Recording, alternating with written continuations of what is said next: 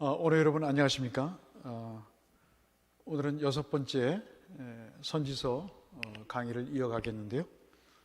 코로나로 얼마나 고생이 많으십니까?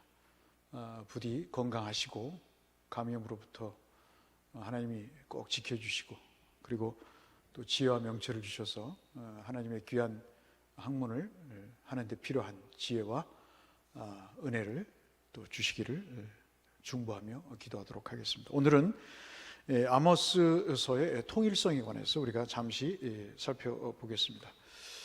이 아모스서의 통일성, 이거는 누차 도전받아 왔고 비평학자들에 의해서 여러 가지 내용으로 분석되면서 아모스서의 이 통일성에 대해서 도전을 많이 해왔는데요. 그 중에 이제 한 명이 우리가 볼 수 있는 울프라고 하는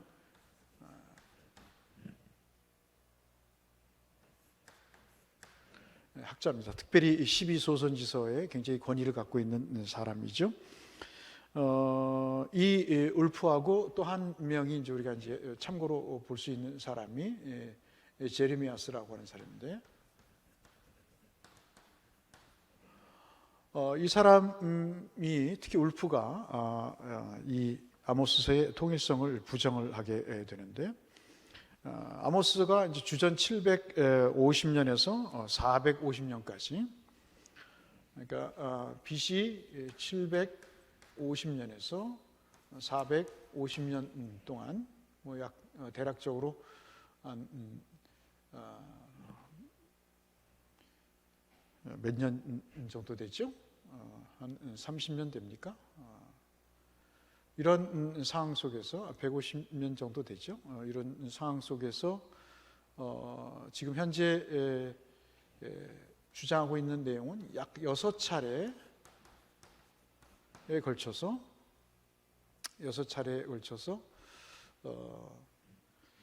이 수정이 되었다, 이렇게 이야기를 하고 있습니다. 또는 편집이 되었다, 이렇게 얘기를 하죠. 먼저 수정된 내용을 우리가 살펴보면 신탁 부분에 있어서 3장부터 6장까지의 내용을 우리가 보면 그렇게 볼 수 있다고 주장하고 있습니다. 또 하나가 이제 환상 부분인데요. 해당되는 성경 구절들은 그 유인물에 있으니까 여러분 좀 보시면 좋을 것 같고요. 7장이나 또는 8장 또는 9장 이런 등등에서 환상 부분에 특별히 편집과 개정이 이루어졌다, 이렇게 보는 관점입니다. 그리고 또 하나가 이제 열방에 대한 심판을 이야기하는 심판 메시지를 선언한 입장에서 1장 3절이랄지 또는 6장 2장 16절이랄지 뭐 이런 부분 등에서 편집자의 손을 댄 것을 우리가 감지할 수 있다, 이렇게 울프는 얘기하고 있습니다. 편집자들이 그리고 첨부한 것도 있는데요. 이 첨가된 부분들에 대해서도 이야기를 하고 있습니다. 7장도 있고요, 그다음에 8장도 있고, 그다음에 9장도 있고요, 그 앞서서 5장도 있고, 하여튼 이렇게 많은 내용들이 편집되어 있다, 이렇게 이야기를 합니다. 그다음에 또 하나가 이제 우리가 볼 수 있는 게 뭐냐면, 신명기적인 어떤 사관이, 신명기적 사고를 갖고 있는 어떤 사관이 탄생하기 전에, 나타나기, 등장하기 전에 신명기적인 어떤 편집이 있었다. 이 부분이 신명기적 편집을 이야기하는 게 이제 4장 13절의 내용 같은 경우를 들어서 5장 8절에서 9절 같은 경우, 또는 9장 5절에서 6절 같은 경우 뭐 등등 많이 있습니다만, 이런 부분들에 관해서 지금 이 울프나 제레미야스는 약 한 6차례에 걸쳐서 편집 과정을 거쳤다, 이렇게 보여지는 거죠. 본다고 주장합니다.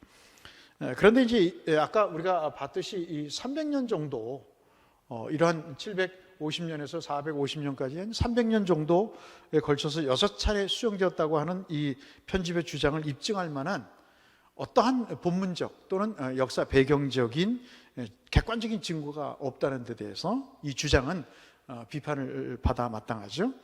또 게다가 이 아모스서를 세분화하는 비평학자들의 분석 결과를 놓고 볼 때 비평학자들 자체도 이 분석에 대해서 별로 이렇게 동일하고 있지 않다 하는 내용입니다.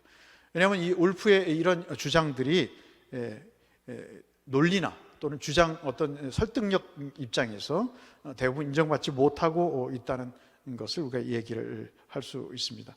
그래서 앤더센 같은 사람들이랄지 프리드먼이나 폴 같은 사람들, 특히 이제 스위니 같은 사람들, 아주 그 소선인서의 권위자인 이 사람조차도 이 울프의 이러한 주장을 이제 반박하고 있습니다.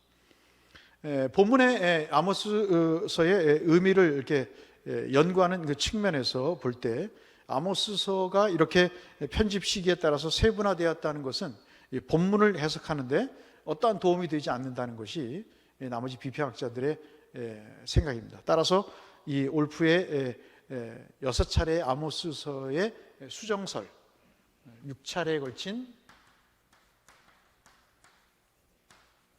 수정설은 우리가 좀 받아들이기가 쉽지 않다 이렇게 볼 수 있겠습니다. 그 다음에 이제 두 번째로 우리가 살펴볼 내용이 이 아모스서의 통일성을 도전하는 이론 중에 진화설이 있는데요. 바츠라고 하는 사람입니다. 바츠의 진화설입니다. 말 그대로 이 아모스서가 진화됐다 이렇게 보는 거죠. 특히 1장 1절에서 우리가 1장 1절에서 언급할 수 있는 아모스 선지자, 아모스가 등장하지 않습니까? 이 아모스 선지자가 1장부터 6장, 이 1장부터 6장까지의 내용을 하나님으로부터 구두로 받고 이것을 베델에 있는 어떤 추종자가 이것을 문서화했다는 주장을 피게 됩니다. 그러니까 이 자체는 구두 전승인 거죠. 오랄 트래디션이 되는 거예요. 처음에 문서화로 된 것이 아니고 아모스 선지자라는 사람이 1장부터 6장까지를 구두로 전승한 것을 어떠한 베델의 추종자가, 아모스 선지자를 따르는 추종자가 이것을 문서화했다 이렇게 주장을 합니다. 이것이 이제 몇 장이냐면 7장이라는 그런 견해인 거죠. 주전 722년 또 721년 북왕국이 멸망할 때 당시에 이 문서를 유다로 옮겨갔다는 것입니다. 그랬다가 바츠의 주장에 의하면 환상과 아마샤의 그 아모스와의 대립 이것을 이제 기록하고 있는 7장은 바로 이 1장부터 6장까지의 내용을 기초로 한, 즉 구전으로 되었던 것을 추종자가, 베델의 추종자가 문서화한 것이다 이렇게 이야기를 하죠.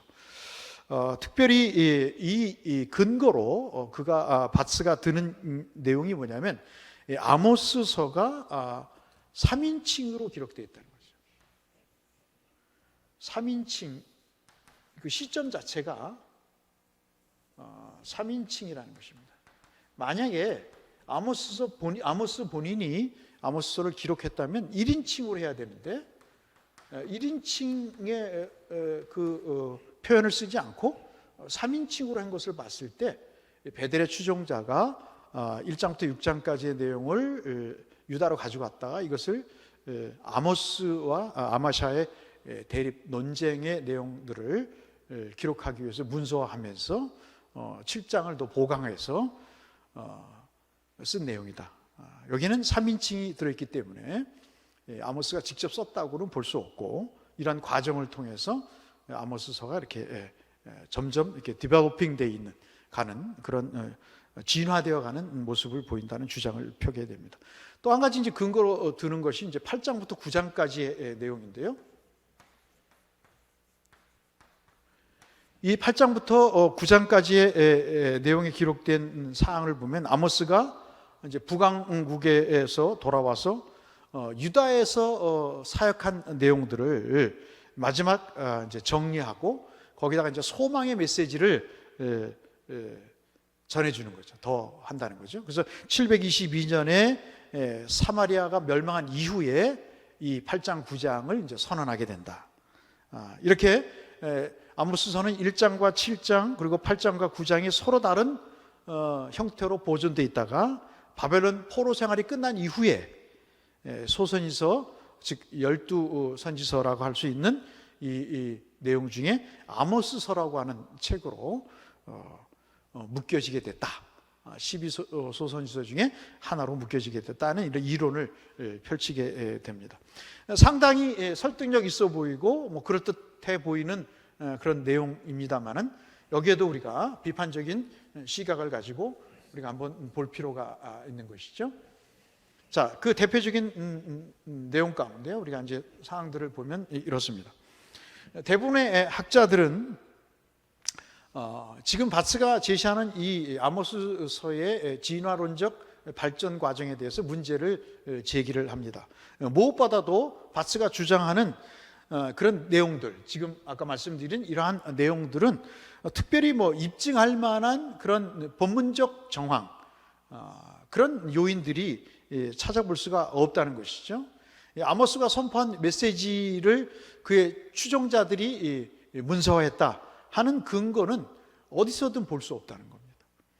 8장, 9장 특히 아모스 선지자가 유다로 돌아온 이후에 선포한 메시지일 가능성이 있다라고 바스가 주장했는데 이것을 전적으로 배제할 수는 없지만 그러나 1장부터 7장에 기록된 이런 내용들이 선포된 시기가 같은 곳에서 선포되었을 가능성도 또 배제할 필요가 없다는 것이죠.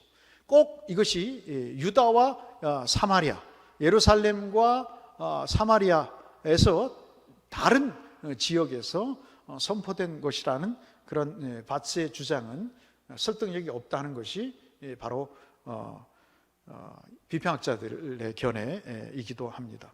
그래서 대체로 학자들은 아모스 선지자가 두 곳에서 말씀을 선포한 것으로 추정을 하는데요.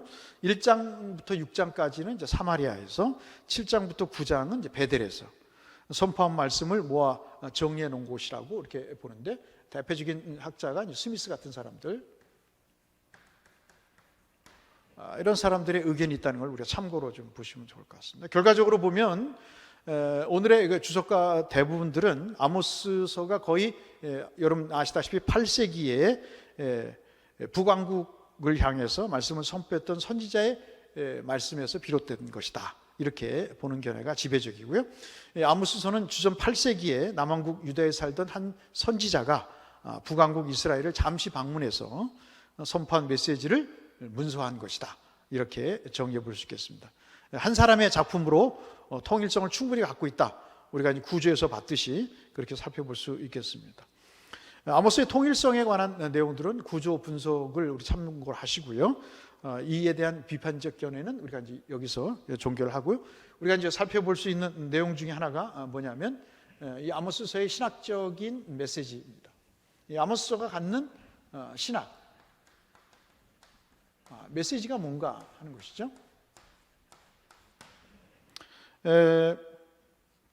우리가 알다시피 아모스서는 굉장히 강력하게 윤리적인 요구를 하고 있는 책이라고 볼 수 있겠습니다.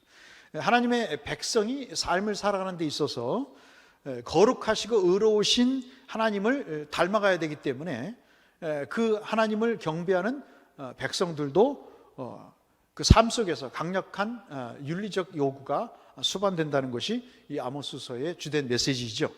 특별히 백성들이 예배를 드리는 것에 대해서 이 점에 있어서 이제 아모스가 이제 지적을 하고 있는데요. 아모스는 주의 백성들이 예배와 일치된 삶을 살아야 된다. 그래서 삶과 예배가 같아야 된다, 그렇게 주장을 하게 되죠. 요한 사도의 신학과 아주 맥을 같이 하죠.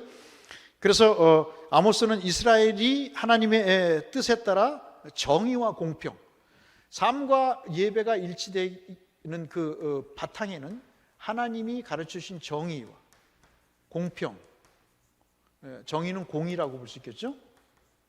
미시파트하고 제데크라고 하는 이 내용들을 우리가 살펴봤습니다만은 이사야 선지자의 글을 통해서 마찬가지로 이 아모스 선지자도 이 점을 강조를 하고 있습니다.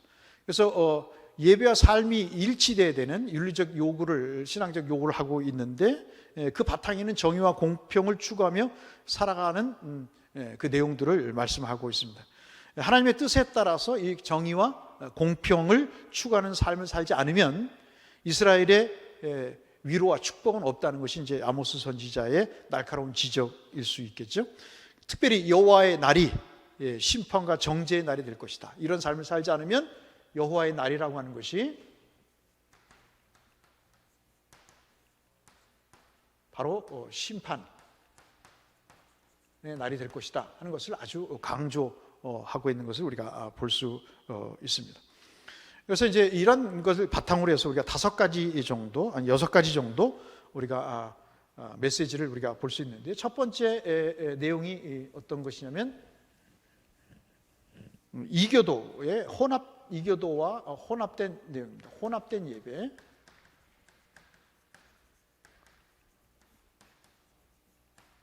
혼합주의라고 볼 수 있겠죠.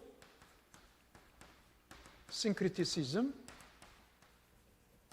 우리가 예상하는 대로 이 내용을 우리가 주된 아모스서의 메시지라고 볼 수 있겠습니다.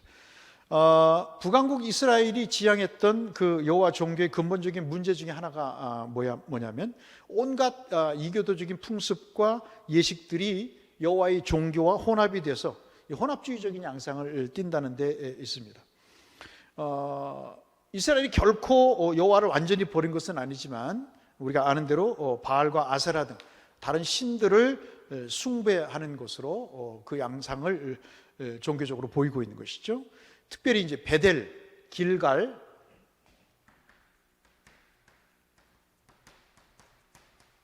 부엘셰바,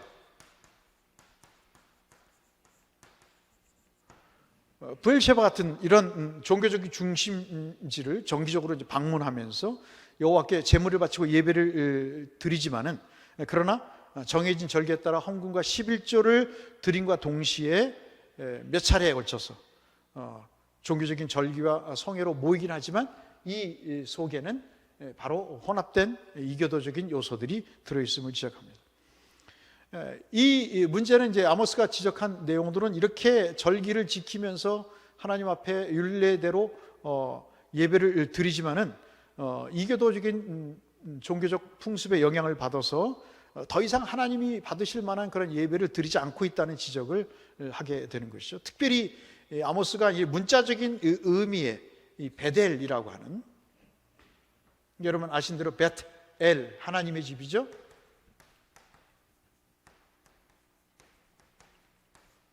부엘셰바는 어떤 것이죠? 부엘셰바는 여러분 잘 아시는 대로 뭡니까? 죄의 집이라는.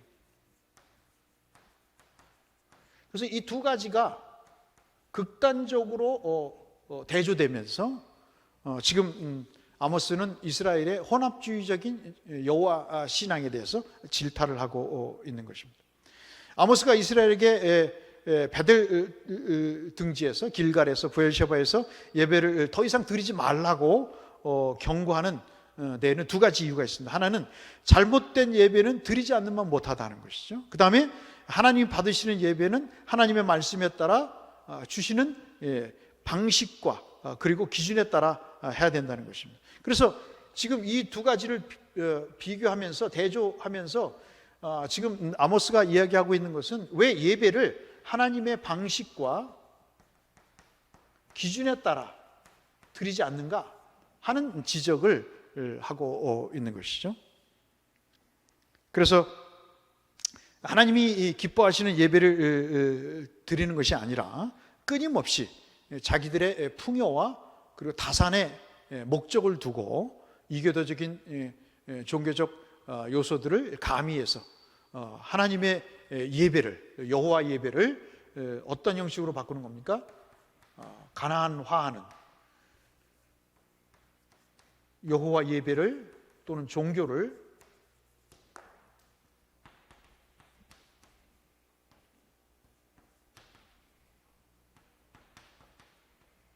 가나안화하는 이런 양상으로 지금 만들어가고 있는 것에 대해서 아모스가 이제 지적을 하고 있는 것이죠. 이것이 이제 혼합된 예배의 내용이 되겠습니다. 이제 두 번째, 아모스 선지자가 주장하는 신학적인 메시지 중에 중요한 것 중에 하나가 뭐냐면 형식화되어 버린 1번과 이제 우리가 맥을 같이 하는 건데, 형식화된 종교입니다.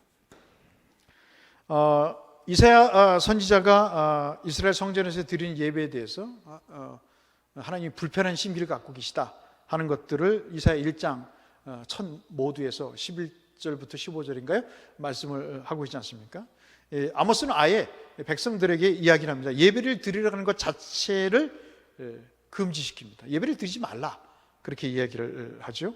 아까 우리가 지적했던 베델, 길갈, 부엘세바, 이에서 이곳에서 아모스 선지자는 베델을 찾지 말며 길갈로 가지 말며 들어가지 말며 부엘세바로 나가지 말라, 5장 5절에 그렇게 얘기하고 있죠. 그래서 5장 5절을 보시면 예배를 아예 금지시키는 그런 메시지를 줍니다. 선지자답지 않은 그런 메시지인 거죠. 오히려 예배를 드리라고 자꾸 이야기하는 것이 아니라 예배를 드리지 말라고 이야기를 하는 것이죠. 예배와 제물을 드리는 것이 의미를 이미 상실했다. 성소에서 예배 드리는 것이 오히려 하나님 앞에 범죄를 쌓는 일이다. 오히려 이 예배 자체가 죄가 된다. 4장 4절에서 5절에 역설적인 말씀을 하고 있습니다. 많은 학자들이 이제 아모스의 본문을 구약 안에서 발견되는 이런 제사와 또는 예배에 관해서 아주 강력한 비난을 갖고 있다고 이제 평가를 하는데요. 여호와께서 주의 백성들이 드리는 이 예배에 대해서 왜 이렇게 분노하시는가 하는 것들을 면밀히 이제 살펴볼 필요가 있습니다. 앞서 언급했듯이 이교도적인 이 풍습이 이스라엘의 예배를 오염시켰을 뿐만 아니라 이스라엘 사람들이 여호와 종교를 형식화해 버리는 그런 상황이기 때문에 그런 것이죠. 하라 하지 말라 한 이 두 가지에 아주 빠져 있는 것입니다. 그래서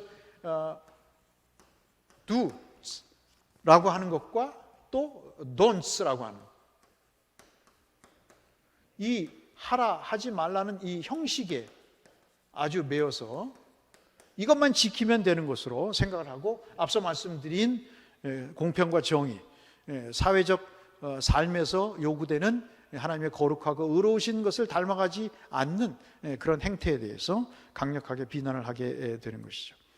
하나님은 이스라엘에게 경건하고 서로를 돌아보며 살 것을 율법의 선민으로서 하나의 기준으로 제시하고 있는데, 윤리적인 지침으로 내려주고 있는데, 사람들은 공동체를 형성한 과정에서 사람을 존중하거나 사랑하는 그런 일을 하지 않는 율법과 무관한 생활을 했던 것이죠. 그래서 율법의 정신과 취지, 이게 중요합니다. 율법의 정신은 곧 뭐라고 볼 수 있죠? 사랑이죠. 율법을 요약하면 정신과 그 다음에 취지는 뭡니까? 경건과, 개인적으로는 내면적인 경건과, 물론 타인에 관한 것도 되겠습니다만은 그다음에 돌봄이죠.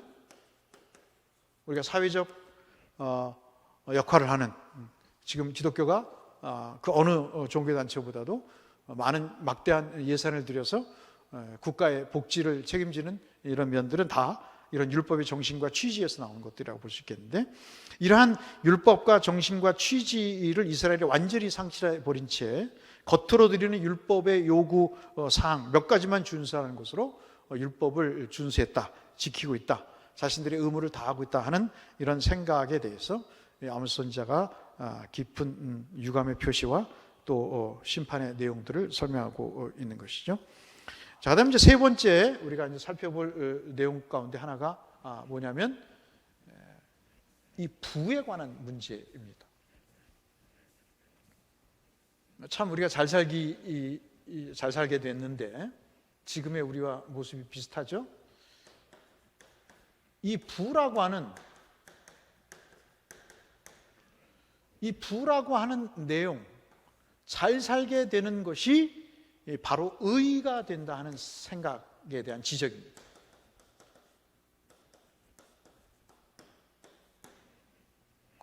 지금 아모스 시대의 사람들은 아주 율법에 심취해 있던 이스라엘 자신에게 있어서 그들이 아주 깊이 뿌리박고 있었던 하나의 선입관, 전제의식은 뭐였냐면 물질적인 풍요, 정치적인 안정,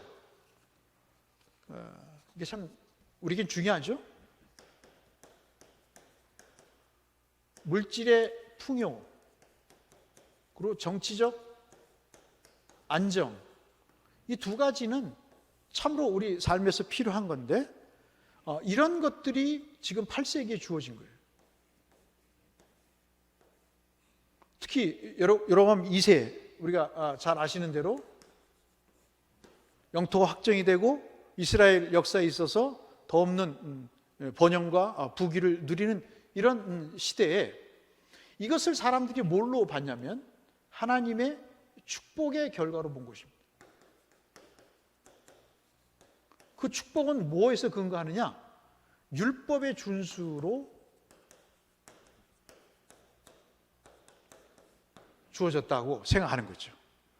그러니까 정리해서 말씀드리면 바로 그들이 지금 갖고 있던 정치적인 안정과 그 다음에 물질적인 풍요는 자기들이 하나님의 말씀, 율법을 잘 준수했기 때문에 하나님의 축복으로 주신 것이다. 따라서 부는 의로움의 하나의 겉으로 드러나는 양상이다. 이렇게 본 겁니다. 여기서 여러분 잘 유명한 뭐가 나오는 거죠?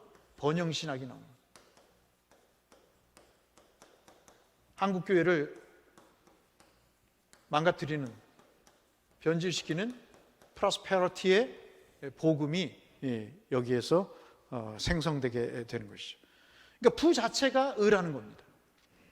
왜? 율법을 잘 준수했기 때문에. 그래서 아모스 선지자는 이 부가 곧 의다라는 이 이념, 개념에 대해서 선을 긋고 부는 결국 의가 될 수 없다 하는 그런 단호한 메시지를 전하는 것입니다. 특별히 자기를 사랑하는 나르시시즘, 이게 참 우리에게 있어서 굉장히 어찌 보면 큰 걸림돌일 수 있겠는데요. 이 자기애라고 하는,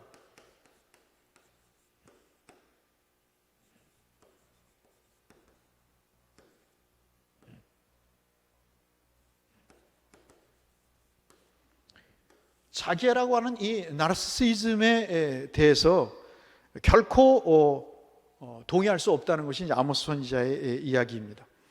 특별히 이 아모스 선지자는 이스라엘의 상류층, 또 권력가들, 이들이 저지르고 있는 사회적인 악, 이 소셜 인저스티스에 관해서 소리를 높여서 그들의 부당함을 이야기를 하는 것입니다. 그래서 2장 6절, 우리가 대표적인 말씀이죠. 그 다음에 8장입니다. 8장 5절에서 6절의 말씀도 보시면 이러한 부패된 상류사회에 부가 곧 의로움의 표상이다 라고 하는 메시지에 대한 심각한 도전을 하고 있는 것을 볼 수 있습니다. 자, 이것이 이제 우리가 세 번째 살펴보는 아모스 선지자의 세 번째 신학적인 메시지라고 볼 수 있겠고요. 네 번째 살펴볼 수 있는 아모스의 중요한 메시지 가운데 하나는 아까 우리가 첫 번째 살펴봤던 바로 이 혼합주의에 나타난 하나님이 공평과 정의로 삶으로 삶과 예배가 동일시 되어야 된다는 이 가르침과 관련된 말씀인데요. 사회적 정의,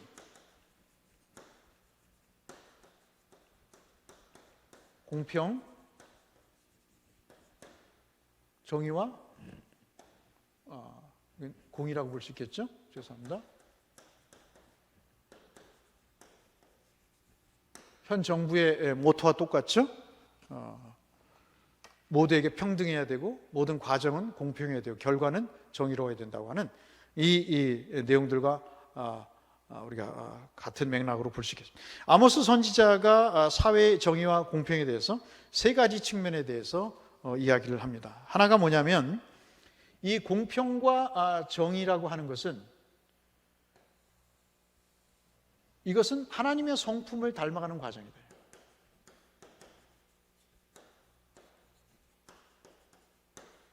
하나님의 성품을 닮아가는 것이다. 굉장히 중요한 내용인데요. 사회 정의를 추구하고 실현하려면 하나님과 깊은 교제가 있어야 된다.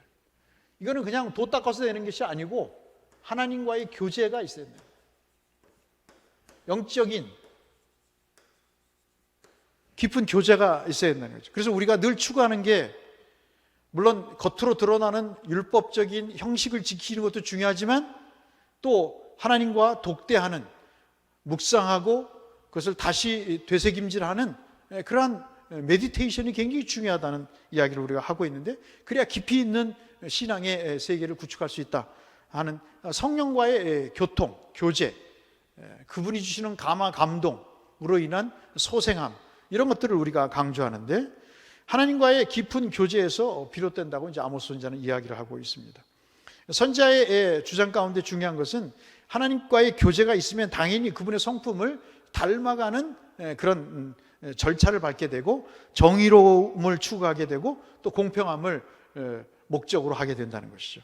그러니까 아모스 선지자는 심판하시는 하나님을 강조하면서 이 심판하시는 하나님을 제시하면서 사회가 하나님의 성품, 즉 공의를 반영하지 않을 때 하나님께서 어떠한 재앙이든 내릴 수 있다고 하는 메시지를 선포하게 됩니다. 이것은 이스라엘이라고 하는 그런 지역적인 범위를 넘어서서 하나님을 알지 못하는, 하나님과 무관한 삶을 살아가는 이방 나라에까지 이 원리가 적용됨을 얘기하고 있죠.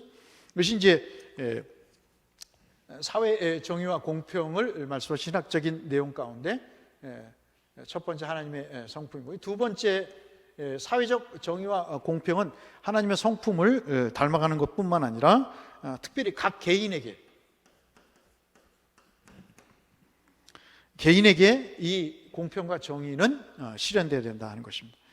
아모스 선지자가 이스라엘 사회가 정의를 추구하는 데 있어서 각 개인, 특별히 여기서 이제 개인을 말할 때는 상인을 얘기합니다. 상도덕, 거짓말하지, 저울을 속이지 않는 것. 그 다음에 제사장들의 본분, 하나님의 말씀을 가르치는 것이죠. 이들이 예배를 잘 드릴 수 있도록, 그리고 하나님의 말씀이 무언가를 잘 깨달아 알 수 있도록 하는 것들. 특별히 부를 주신 부자들, 이들을 개인으로 보면서 이들의 책임이 얼마나 중요한가를 이야기를 하고 있습니다. 특별히 개인의 이런 상인과 그다음에 제사장과 그다음에 이런 부자들의 사회적 책임의 중요성을 이야기하고, 이것이 굉장히 결정적이다라는 것이죠. 그런 예나 지금이나 8세기나 예수님 오시기 800년 전이나 지금이나 똑같은 겁니다. 이런 사회 지도층들, 또 공적인 일을 행하는 사람들이 갖는 이런 개인적인 정의와 공평의 책임의 내용은 굉장히 중요하죠. 남이야 어떻든 간에 나 한 사람 먼저 개혁되는 것이 중요하다 하는 것도 우리가 필요하지만, 남을 속이고 남의 성품을 갉아먹는, 하나님의 성품을 닮아가지 못하도록 하는 이런 사회적인 무책임한 행동들, 이런 것들은 선지자의 심판의 메시지 대상이 되기도 했던 것이죠. 선지자는 하나님을 알고 섬기는 백성들에게 공의와 정의를 추구하는 삶을 살아야 개인적인 책임이 있음을, 그렇게 살아가는 책임이 개인적으로 있다는 사실을 이야기를 하고 있습니다. 앞서 말씀드린 대로 이것이 하나님을 닮아가는 삶이기 때문인 것이죠. 그 다음에 이제 세 번째로 사회적 정의와 공평을 추구하는 것은 하나님의 성품을 닮아가는 일이요, 개인의 책임을 완수하는 사회적 책임을 일이기도 하지만 세 번째 이 내용은 사회적인 구조,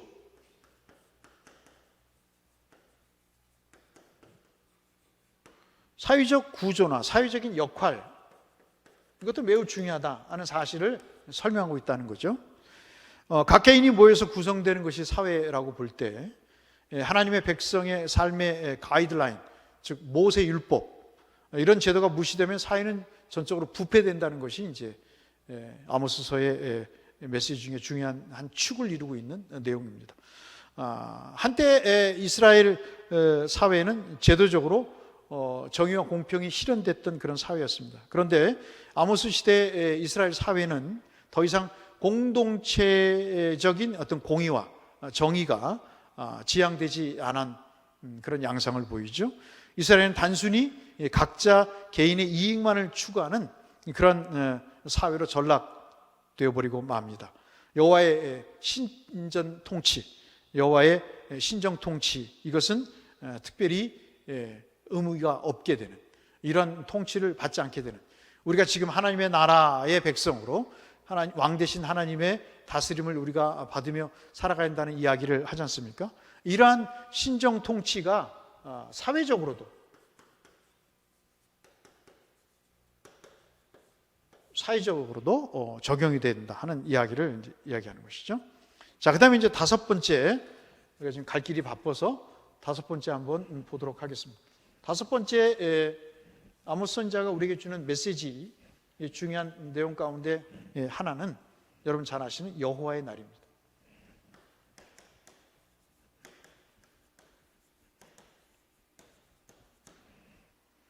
이 여호와의 날에 관한 내용입니다.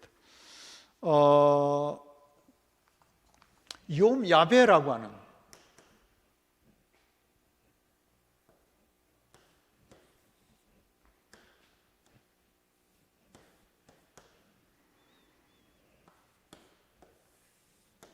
이 날, 여호와라고 하는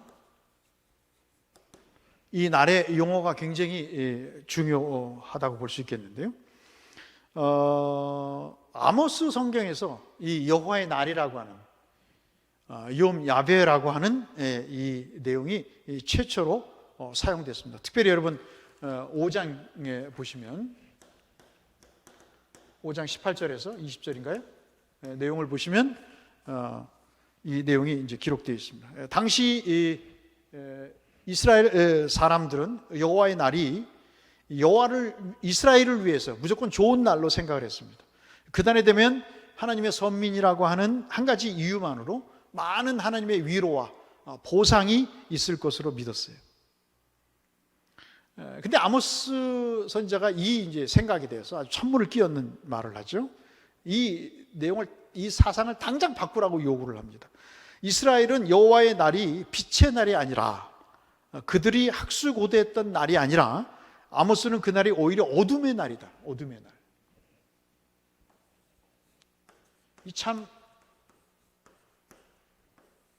이 여호와의 날이 어둠의 날이라는 거죠. 그러니까 소선지서를 우리가 설교하기가 참 힘든 게 이런 이야기가 수두룩한 겁니다. 성도들은 뭐라고 얘기하죠? 일주일에 한 번 예배 드리는 것, 위로받고 축복의 이야기를 듣고 긍정적인 얘기를 들어야지, 와서 지쳐있는 몸과 마음 상태에서 이 여호와의 날을 어둠의 날이라고 이야기하는 메시지를 꼭 들어야 되느냐, 죄에 대한 설교를 하지 마라, 뭐 이렇게 아주 직접적으로 이야기하는 그런 사람들도 있습니다만은, 뭐 일부이겠습니다만 자관 그렇습니다. 이렇게 아모스 선지자는 이런 이야기를 하게 되는 것이죠. 피할 수 없는 하나님의 두려움의 날이라, 이렇게 이야기를 합니다. 원래 이제 여러분 아시다시피 여호와의 날이라고 하는 것은 하나님의 백성에 있어서는 하나님의 위로와 보상이 있는 날이었죠. 그런데 사람들이 정의롭고 또 신실하게 살 때만 축복을 기대할 수 있다는 사실을 아모스 선지자는 확인시켜 주는 것입니다. 이 심판과 징계만 있는 것이 아니고 하나님을 경외하고 사랑하는 자들에게 여호와의 날은 나중에 가서 또 회복과, 그 다음에 여러분 아시는 대로 풍요, 평안의 날이기도 할 것이라고 말씀을 하시죠. 이것이 이제 9장에 등장하는 11절에서 15절의 내용이라고 볼 수 있겠습니다. 그 다음에 이제 마지막 우리가 살펴볼 내용이 아주 중요한 내용인데요. 이 남은 자에 관한 교훈입니다. 렘넌트라고 하는 이 내용이죠. 이 남은 자 사상은 뭐 이사야에도 등장을 하고 미가에도 등장을 하고 우리가 볼 수 있는 아모스에도 등장을 하게 됩니다. 자,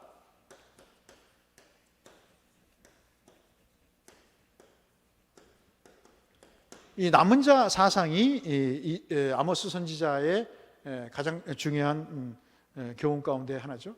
이 남은 자 사상은 아마 거슬러 올라가면 이사야 4장 27절에서 우리가 살펴볼 수 있습니다. 너희의 남은 자. 이 구약에 있어서 특별히 이 이사야 선지자를 통해서 너의 남은 수가 어떻게 될 것이다 할 때 이 나시 아르팀이라고 하는 이것이 굉장히 중요한데요.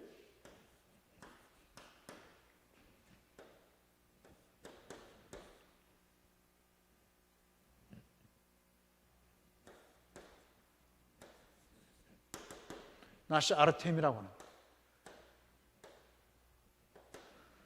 이 내용이 굉장히 중요합니다. 이거는 이제 남겨지다라는 그런 의미를 담고 있거든요. To be left over라는 뜻을 갖고 있죠. 이것이 이제 우리가 잘 아시는 대로 만약에 이제 니팔 경우에 그런 거죠. 니팔로 쓰일 때 남겨지다. 근데 이제 우리가 칼 동사로 쓸 때는 to remain.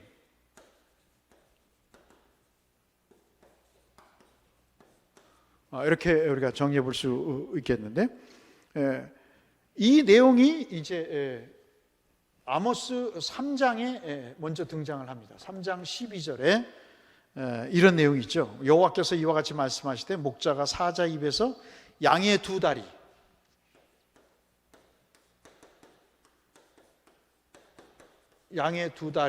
그 다음에 이제 귀 조각 이렇게 이런 말이 나와요.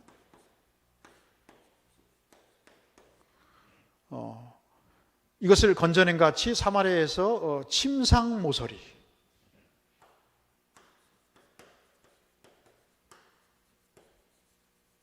아주 자그마한 걸 얘기하죠. 그 다음에 걸상의 방석,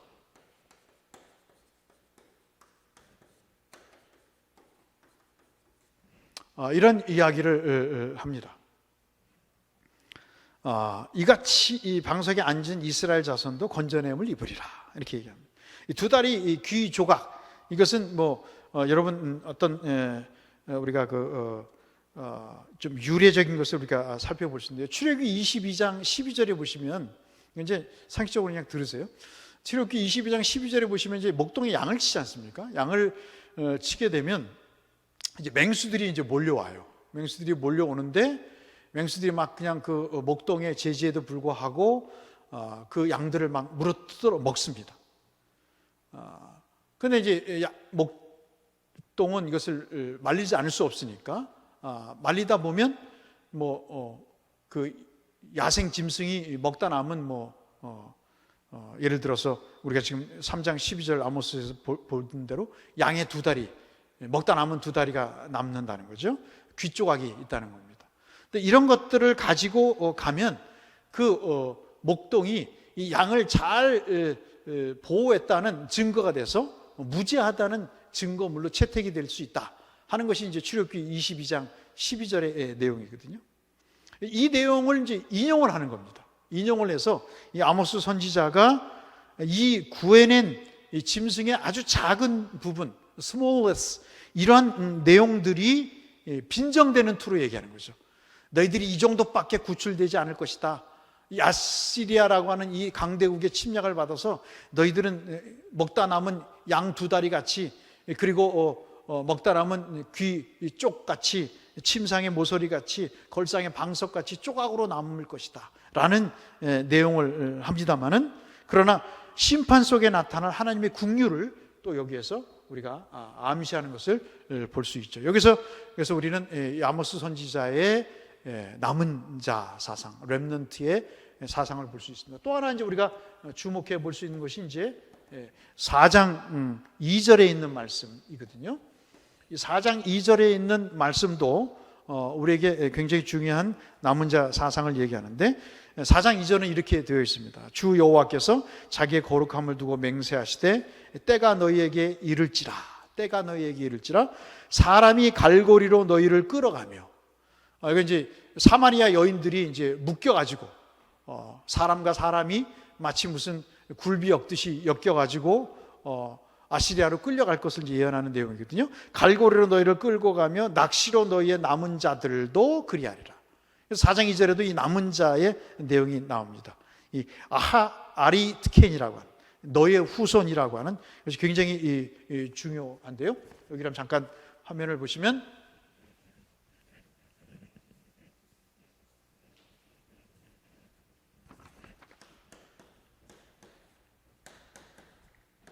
아하리트, 이건 복수형이죠. 이게 뭐냐면 프로스페러리입니다. 후손이란 뜻입니다. 원래는. 죄송합니다.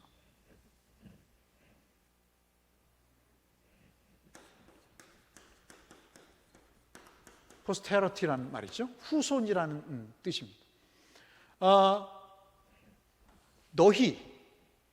너희의 후손이라는 그런 말이 됩니다. 남은 자를 이해하는 데서 굉장히 중요한 표현인데요. 아까 우리가 살펴봤던 4장 2절에 너희가 남은 자들도 그리하리라. 그러니까 남은 자까지 남김없이 그렇게 끌려가리라는 이야기를 하고 있는 것입니다. 이것은 이제 여러 가지 논란의 소지가 있습니다만은 사로잡힘의 그런 아주 현실적인 협박 속에서도 하나님의 약속의 땅을 회복하시겠다고 하는 그런 남은 자를 격려하시는 그런 소망의 메시지가 여기에 또 들려 있는데요.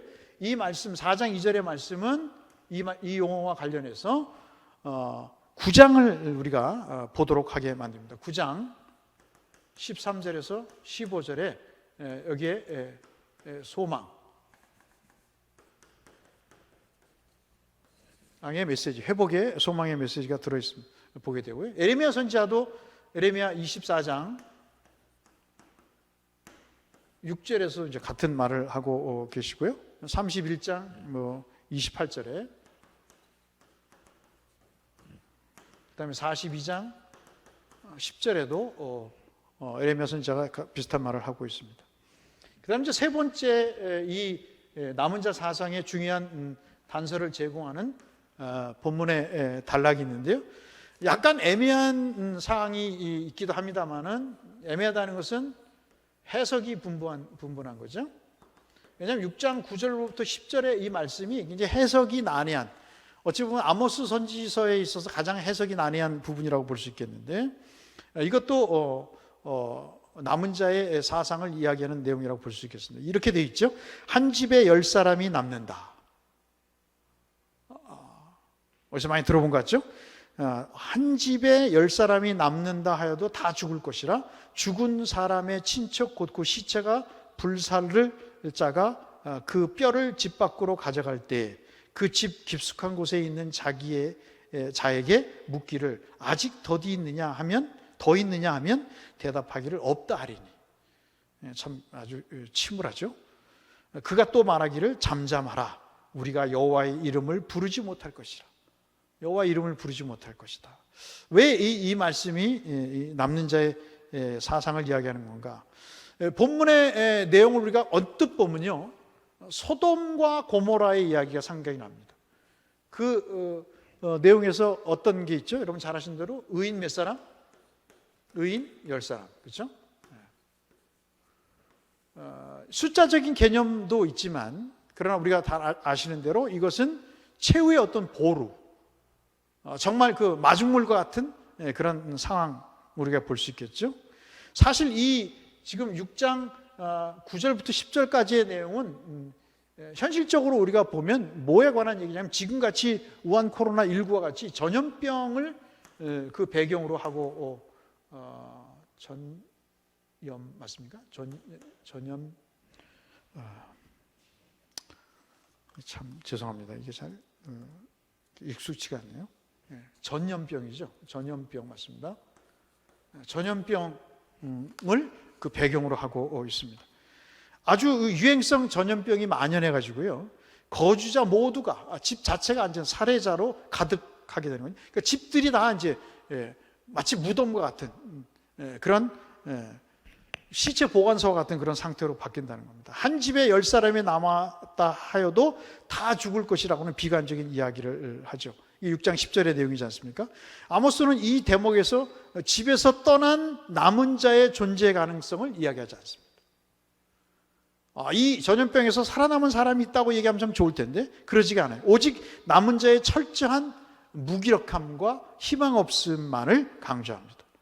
오히려 이 선지자의 심판의 메시지에 담겨져 있는 내용은 오히려 놀리는 격이 되죠. 아까 말씀드렸다시피 화가 우리에게 미치지 아니하며 임하지 아니하리라 라고 하는 이 9장 10절의 말씀, 9장 10절에는 우리는 선민이기 때문에 하나님의 심판이 이르지 않을 것이라고 말한 이 다수를 향해서 화가 우리에게 미치지 않는다고 이 남은 자 안에 놓여있는 이스라엘의 거짓과 희망은 다 사라질 것이다라고 이야기합니다. 이것이 이제 반대되는 3장 아까 우리가 살펴봤던 12절 아주 정말 작은 소수의 남은 자들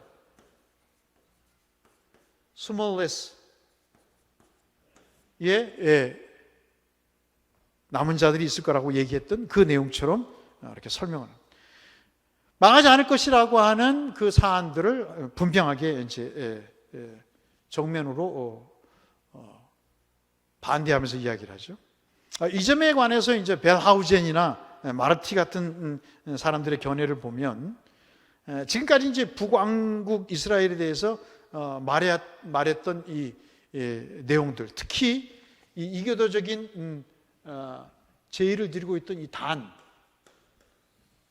이 단에 대해서 이제 설명을 하면서 이 렘넌트 사상을 이야기하는데요. 이게 무슨 말이냐면 이것을 예루살렘 성전 전체로 볼 것이냐, 아니면 베델의 단으로 볼 것이냐 그럴 때 베델의 단으로 보는 것이 타당하다 이렇게 이야기합니다.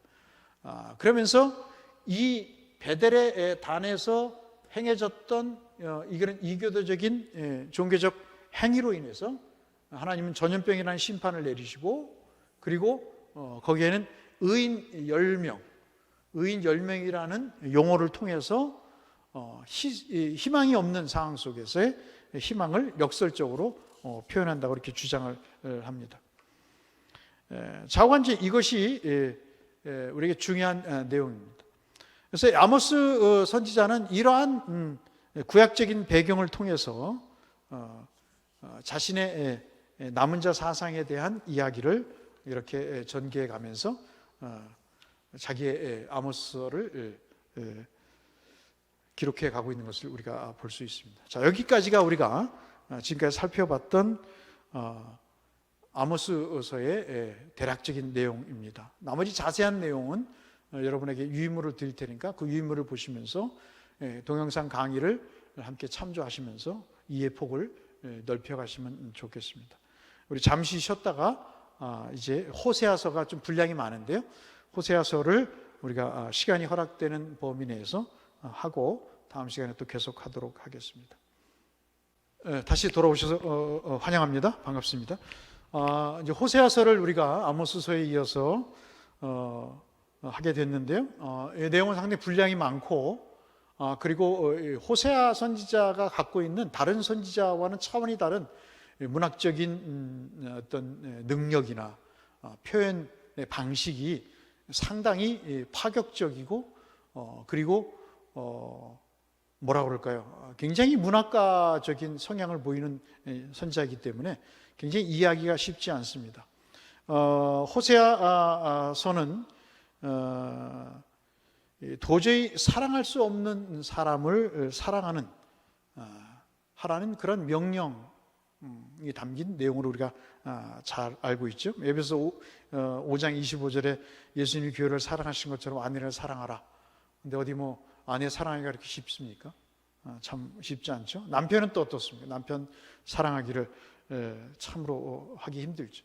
로마서 8장 39절인가요? 하나님의 사랑은 세상의 그 무엇도 우리의 하나님의 사랑의 관계를 끊을 수 없다, 떼어낼 수 없다 하는 이야기를 합니다만, 자, 이런 것들을 우리가 볼 때 호세아 선지자의 하나님과 택한 백성의 관계를 규명하는 데 있어서 굉장히 중요한 모티프를 제공하고, 아마도 에베소서와 로마서를 통해서 이 바울은 호세아 선지자의 메시지, 신학을 이렇게 차용해서 하고 있다고 그렇게 우리가 감히 말할 수가 있겠습니다. 아내를 끝까지 포기하지 않는 하나님, 간음하고 방탕한 아내를 이스라엘을 사랑하시는 하나님, 간절함을 넘어서서 처절하게 사랑을 외치는 이 호세아의 메시지는 나는 결코 너를 포기하지 않겠다 하는 이 메시지를 통해서 굉장히 우리에게 상징하는 바가 크다고 할 수 있겠습니다. 호세아서는 이렇게 여러 가지 상징적이고 때로는 혼란스러운 메시지, 상징과 이미지, 아주 혼란스럽습니다. 갑자기 등장하죠. 이런 상징과 이미지, 이런 것들을 통해서, 그 다음에 또 하나가 이제 뭐가 있냐면 아주 작은 설교입니다. 아주 단편적인 설교가 또 등장을 하게 되죠. 그리고 또 슬픈 노래도 있습니다. 에레미야 애가처럼 슬픈 노래도 들어 있습니다. 그리고 또 그 외에 아주 기타 다양한 주제가, 자, 이것이 이제 다 뭐냐면 호세아서라고 볼 수 있겠죠. 그래서 상징과 혼란스러운 이미지, 작은 설교, 슬픈 노래, 그리고 다양한 주제들이 하나로 합쳐진 아주 다양하고도 아주 뭐라 그럴까요? 일맥상통하지 않는 듯이 보이는 그러한 다양한 문학적인 기법으로 호세아서가 구성되어 있다고 그렇게 볼 수 있겠습니다.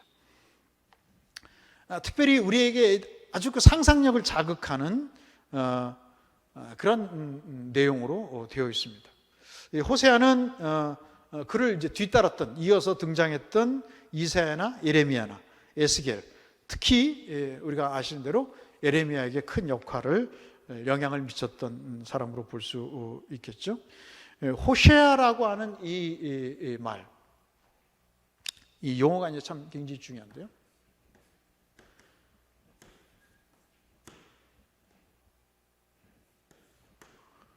호세아라고 하는 이 말은 여러분 알다시피 여호와께서 구원하셨다 하는 그런 내용이에요. 그러니까 이름 자체가 굉장히 범상치 않죠. 여호와께서 구원하셨다, 또는 뭐 구원하소서, 여호와여. 원래는 이제 호시아이라는 그런 말을 씁니다. 여기다가 이렇게 이제 표현을 하게 되죠. 호세아는 우리가 아는 대로 이제 8세기 유다에서 상대적으로 아주 흔했던 그런 남성의 이름입니다. 신약시대 예수 그리스도의 제수스라는 이 용어가 흔한 철수 그런 이름처럼 말이죠. 우리가 흔히 불리듯이 그렇게 추정이 되게 되고요. 다른 구약 성경에서도 많이 이제 등장하는 내용입니다. 용어죠. 특별히 이제 이스라엘을 지휘해서 가나안 땅을 정복하는데 리더로서 활동했던 여호수아의 본명이 바로 이 우리가 지금 방금 말씀드렸던 호세아이였죠. 민수기 13장 8절에 보시면 이 호세아라는 게 여호수아의 본명이죠. 자, 선지자 호세아는 아모스, 우리가 아까 앞에 봤던 아모스 이후에 활동한 소위 우리가 문서를 남긴 고전적인 문서 예언자들 중에서 가장 오래된 사람, 아모스와 함께 북왕국 이스라엘에서 사역을 시작한 유일한 선지자라고 볼 수 있겠죠. 호세아가 부리의 아들, 1장 1절에 보시면 그 아들이다, 부리의 아들이고 고멜이라고 하는 이런 잘 아시는,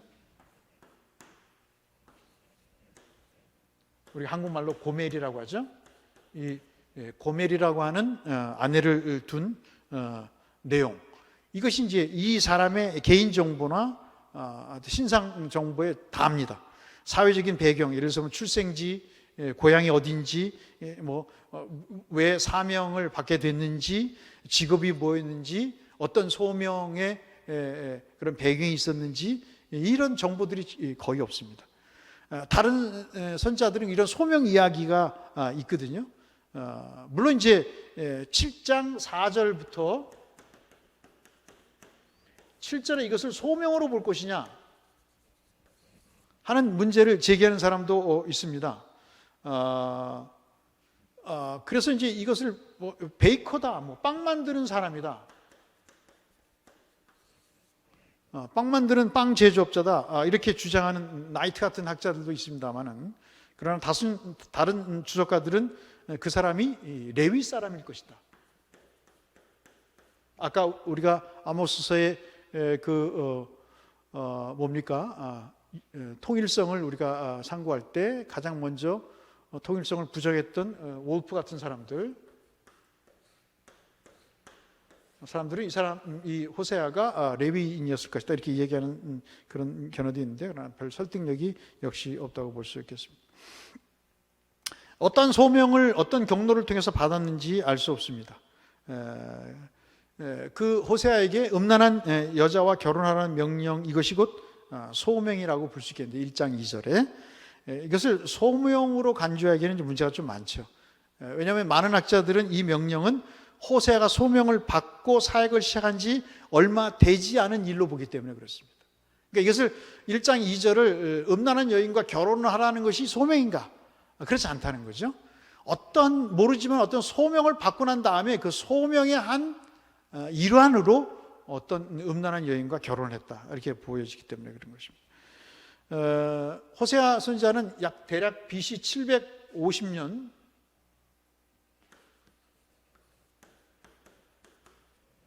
아까 우리가 말씀드렸다시피 북왕국에서 사역을 시작했다고 말씀드렸죠.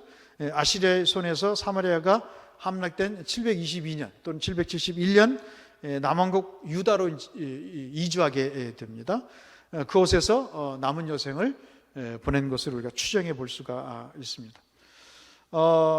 호세아는 우리가 살펴봤던 아모스와 마찬가지로 북왕국에서 주로 활동을 했고요. 호세아가 사용한 언어, 그리고 예언의 선포 속에 들어있는 내용들이 중요한 것이 있는데, 그게 바로 이제 구약적인 해박한 지식을 그가 갖고 있는 것, 특별히 모세 오경에 대한 그의 아주 해박한 지식이 있는데, 몇 가지 그가 이러한 구약적인 전승들을 갖고, 그런 자료들을 가지고 자기가 지금 호세아 선지서에 글을 쓰고 있다는 것을 우리가 볼 수 있습니다. 하나가 뭐냐면 출애굽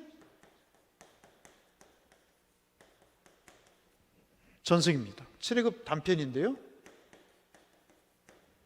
이 내용은 우리가 이제 앞으로 본문을 살펴보겠습니다만은 한번 적어보시면 2장 15절, 그 다음에 11장 1절, 그 다음에 12장 9절, 그 다음에 13장 4절에서 6절, 이런 등등을 보면, 내용은 나중에 설명하겠습니다만은, 이런 내용들을 보면 이 호세아 선지자가 출애굽 전승에 대해서, 엑소더스 트래디션에 대해서 굉장히 깊은 조예를 갖고 있다, 이렇게 볼 수 있겠습니다. 또 하나 이제 볼 수 있는 것이 이제 족장에 대한 언급을 하거든요. 이 족장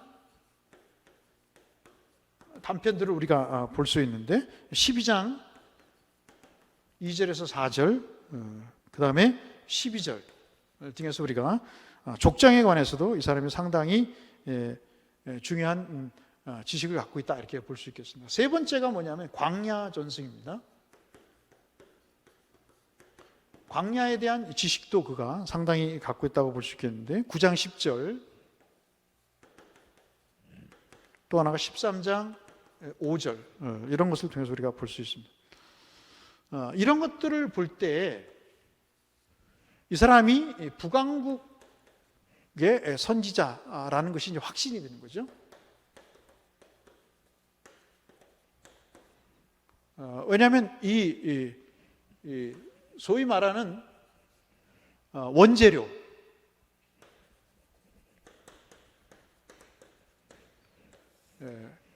원재료에 있어서 이 북왕국이 더 앞서가기 때문에 이제 그렇다고 볼 수 있겠죠. 이런 내용들을 우리가 살펴볼 수 있습니다. 호세아는 굉장히 앞서 말씀드린 대로 언어의 달인입니다. 굉장히 언어적으로 말을 참 잘하는 사람이죠. 그래서 언어에 굉장히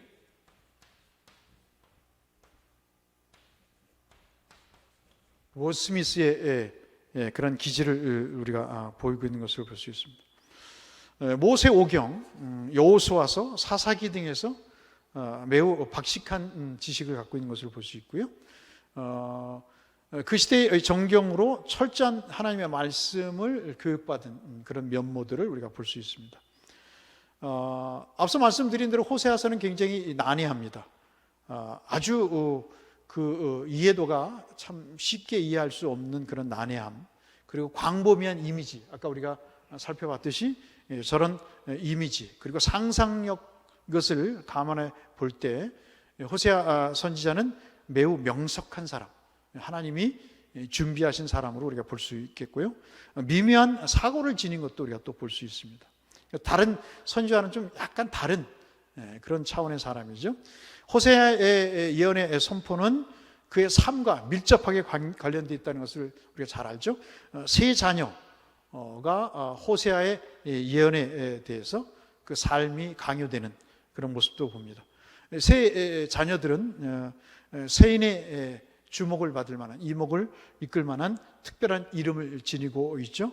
모두 나중에 우리가 살펴보겠습니다마는 다가오는 여호와의 미래 증인들로서 살아가야 하는 그런 이름을 갖고 있습니다. 이것은 우리가 그 의미들은 우리 아신 대로 살펴보도록 하겠고요. 호세아가 이제 북왕국 출신이라는 점은 특히 호세아의 앞서 언급한 대로 호세아서를 이해하는데 굉장히 난해하게 만듭니다. 역사적으로 솔로몬 이후에 하나님의 심판으로 우리가 중요한 연도죠. BC 931년에 나라가 두 쪽이 되지 않습니까? 남북으로 이제 분열이 되면서 두 나라는 동일한 히브리어를 사용했어요. 그러다가 교류가 점점 줄어들면서 히브리 문법의 아주 세세한 부분, 그리고 표현 방식의 차이를 보게 됩니다. 우리가 영남 사람, 호남 사람의 표현이 다르고 우리 남한 사람과 북한 사람의 표현이 다르듯이요. 지금 북쪽 이스라엘과 남쪽 유다도 점점점 같은 히브리어의 문법 체계를 쓰다가 표현 방식이 약간씩 달라지는 그런 것을 보게 되는데, 이와 같은 언어상의 변화가 지속되자 이제 무슨 일이 생기냐면, 호세아는 통일 이스라엘, 남북으로 나뉜 지 170년 만에 이제 사역을 시작하게 되는데, 우리가 지금 쓰고 있는 MT, 마소라 텍스트 사본상 이 남한국 히브리어를 우리가 이제 기준으로 쓰고 있거든요. 그런데 이 남한국 히브리어에 익숙해 있는 우리로서는 이 북왕국 이스라엘 이 쓰는 이 히브리 언어, 이거에 대해서 우리가 당연히 낯설고 난해할 수밖에 없게 되죠. 게다가 이제 호세아서가 앞서 우리가 언급한 대로 구약 정경 중에서 가장 잘 보존되지 않는 책이기 때문에 더더욱 이해하기가 쉽지 않은 그런 내용입니다. 그래서 어찌 보면 호세아서는 구약 성경 중에서 가장 이해하기가 힘든 내용이라고 볼 수 있겠습니다. 호세아서 1장 1절에 따르면 호세아는 우리가 앞서 아모스에서 살펴봤듯이 여로보암 2세 786년에서 746년 BC 어간에 가장 오랫동안 국제적인 평화가 유지됐던 모든 주변국이 아주 그 평화스러운 그때 예언을 시작한 것으로 우리가 추정이 되죠. 실제로 이제 호세아의 초기의 예언을 우리가 살펴보면 이제 2장 2절에서 13절, 4장 4절에서 5장 7절까지 나타나는데요. 이 시기가 바로 여로보암 2세라는 시기를 우리가 잘 살펴볼 수 있습니다. 그래서 많은 학자들이 호세아의 등장의 시기를 대략 BC 755년 또는 750년,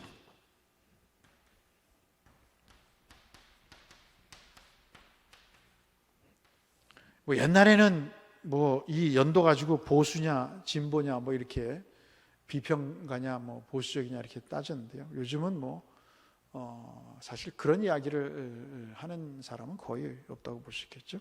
자관 이런 호세아의 등장 시기를 우리가 이 정도로 이렇게 추정해 보는데 큰 무리가 없겠다 볼 수 있겠습니다. 아까 말씀드린 2장 2절로 3절, 그다음에 4장 4절에서 5장 7절까지의 진술된 내용들을, 기록된 내용들을 보면 그렇다고 볼 수 있겠습니다. 호세아의 예언의 활동의 마지막은 비교적 정확하게 규명되고 있는데, 가장 늦은 호세아의 예언을 독립국가로서의 북왕국의 마지막 시기에 이제 내용을 통해서 확인이 되는데요. 이 호세아 예언자는 북왕국 멸망에 대해서 직접적으로 경험하지는 않은 것 같습니다. 호세아 13장 9절에서 11절, 그 다음에 16절을 보시면 북이스라엘, 북왕국의 마지막 왕 엘라의 아들 호세아, 이름이 똑같죠? 호세아가 아시리아 왕, 여러분 잘 아시는 살만 에셀에게 감금을 당한 사건이 발생을 합니다. 그리고 나서 724년에 BC 724년에 사마리아가 3년 동안 포위를 당하지 않습니까? 여러분 열왕기하 17장 3절에서 5절 말씀을 보면 이렇게 나타나는데, 이 내용들이 이제 기록되어 있거든요. 호세아 13장 9절부터 11절에. 그래서 이 사람이 말기까지 호세아 왕이 아시리아 왕에게, 살만 에셀에게 감금을 당하는 이런 것도 보지만, 그 전에 활동을 아마 끝마친 것으로 이렇게 볼 수 있습니다. 자, 호세아는 이 당시에 유력한 직업층에 속했던 이 관료들, 군인, 특히 이제 제사장들을 강하게 이제 비판을 하게 되죠. 반면에 다른 고전적인 기록을 남긴 예언가들과는 달리 특별히 상당히 긍정적인 태도를 다른 선지자들은 표한 반면에 제의 문제에 대해서 굉장히 지대한 관심을 갖고 있다고 볼 수 있겠습니다. 호세아의 저작권에 대해서는 우리가 지금 설명을 해야 되는데요. 이 내용은 간략하게 말씀을 드리고, 그리고 여러분 유인물을 좀 참조하시면 좋겠습니다. 호세아가 호세아서의 저자인가? 이 대해서 메이즈나 울프 같은 사람들이 굉장히 이의를 제기합니다. 책의 중심 인물이 호세아 선지자지만 무조건 호세아 선지자가 호세아서의 기록자라고는 볼 수 없다는 견해죠. 호세아는 메시지를 선포한 후에 훗날 다른 사람들, 선지자를 추정한 아까 아모스의 신학에서의 통일성을 얘기할 때 바츠가 이야기하는 뭡니까? 진화론을 이야기했듯이 다른 추종자나 제자들에 의해서 기록될 것이다, 이렇게 보는 견해들입니다. 문서에서 집필했을 가능성이 크다는 것이 이 지금 메이즈나 울프의 이야기이죠. 호세아서의 대부분이 포로기 이후에 다른 사람들에 의해서 제작될 것이다, 이렇게 봅니다. 이러한 주장의 근거, 출발점은 뭐냐면, 선지자들이 하나님의 이름으로 말씀을 선포하긴 했지만 자신이 선포한 말씀을 글로 옮기지 않았다는 일부의 학자들의 근거 없는 주장에서 비롯됐거든요. 선포는 하지만, 그러나 맥킨토시 같은 사람들도 이런 얘기를 하는데요. 그러나 이런 주장은 오늘의 많은 지지를 받지 못하고 있습니다. 특히 호세아의 경우에 그의 선포자, 오레이토라고 하죠.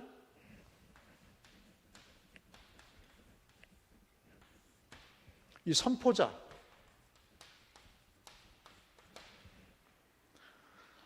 이 선포자가 바로 호세아 자신일 뿐만 아니라 이것을 쓴 사람, 문필과 라이터가 또 호세아다. 이 내용들은 본문에 상당한 증거를 갖고 있는 것이죠.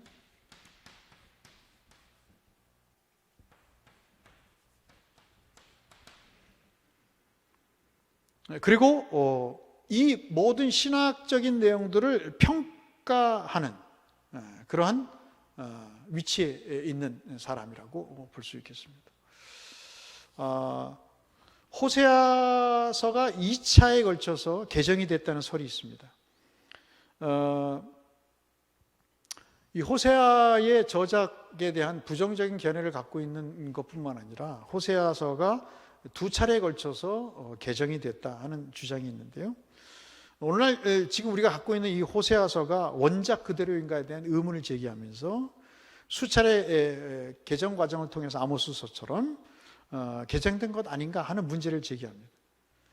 대부분의 비평학자들은 호세아서가 완성된 다음에도 여러 차례 수정을 거치면서 부분적으로 삽입되거나 또는 편입됐다 이렇게 주장을 하죠. 소우 같은 사람들, 그런 사람들.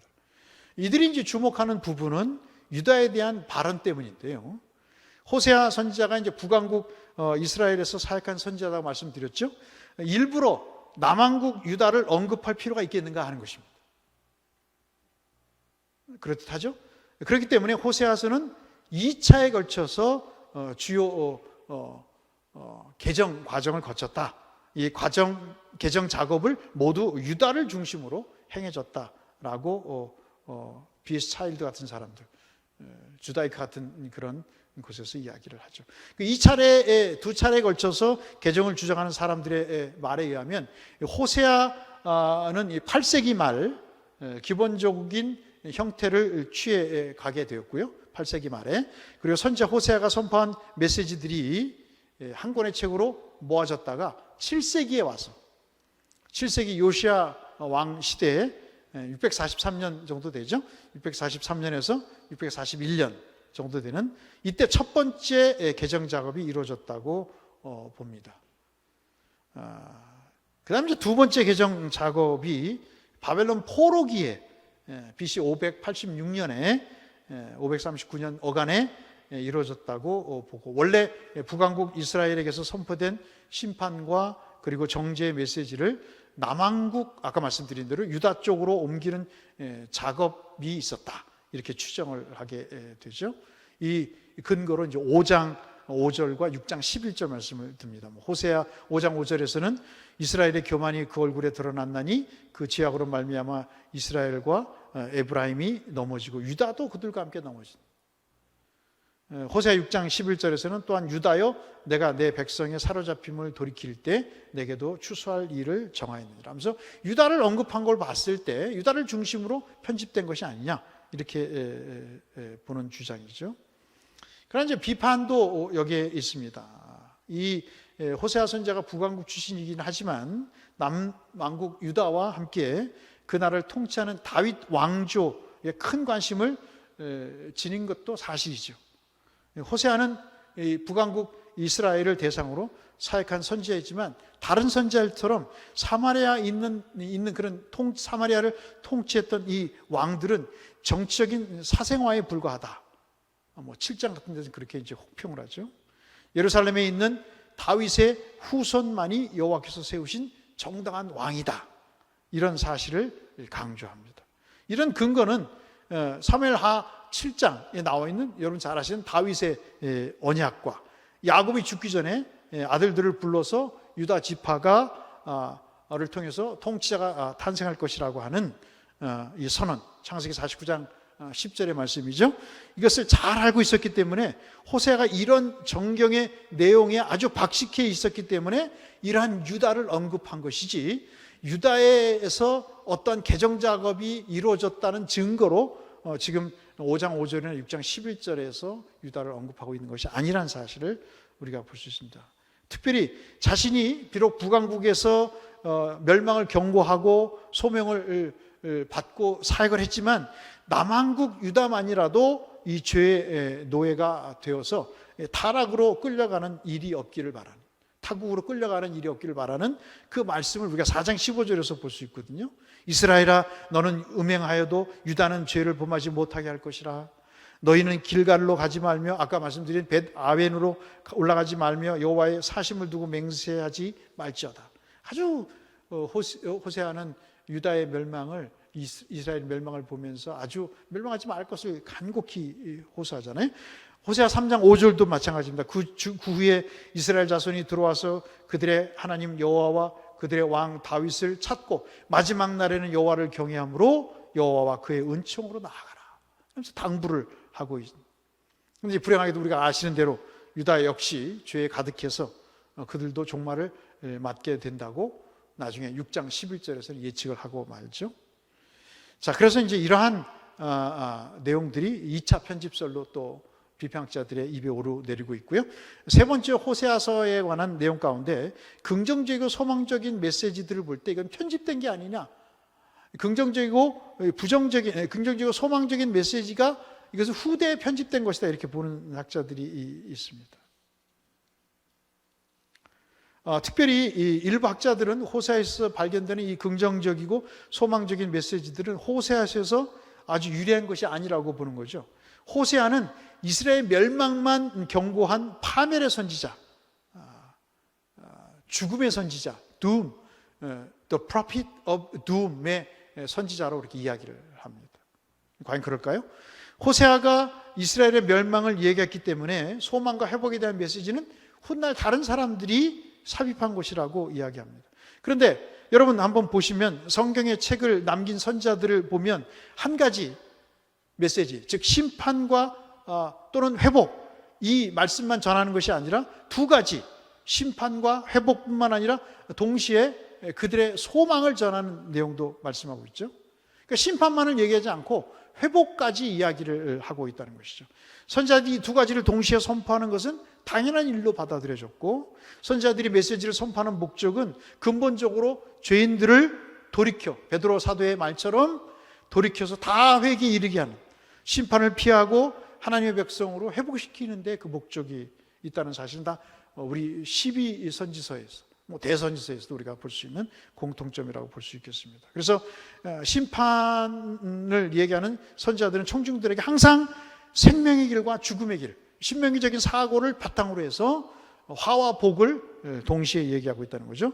또 선지자들이 한 가지 메시지만 선포할 수 있다고 주장하는 그 내용은 선지자의 창의력, 선지자의 미래관, 이것을 매우 비판적으로 보는 겁니다. 선지자들이 단순한 사람들이었는가? 이 한 메시지를 증거하는 사람들인가? 결국 그렇지 않다는 거죠. 두 가지 섞인 복잡한 메시지도 전할 수 있는 능력이 있는 사람들이었다는 사실, 특히 호세아 선지서의 글을 보면 그렇게 알 수 있다는 내용입니다. 자, 오늘은 호세아서의 아주 앞부분만 시간 관계상 더 진행할 수가 없어서 여기까지만 하고요. 다음 시간에 역사적인 배경, 그리고 구조와 메시지, 이런 것들을 함께 우리가 살펴보도록 하겠습니다. 장시간 수업에 경청해 주셔서 대단히 감사하고요. 모두에 말씀드린 대로 부디 건강하시고, 또 다음 시간 우리가 5월 첫 주까지 동영상 강의를 계속 이어가도록 학교에서 그렇게 스케줄링하고 있는데요. 여러분 함께 참여해 주시고, 지치고 힘든 몸이시지만 저녁 늦게라도 이 말씀을 잘 들으시고 또 강의안을 보시면서 선지서에 대한 이해의 폭을 넓히시고 여러분 학문의 기초 자료로 도움을 삼기를 바라는 마음입니다. 건강하십시오. 다음 시간에 뵙겠습니다. 고맙습니다.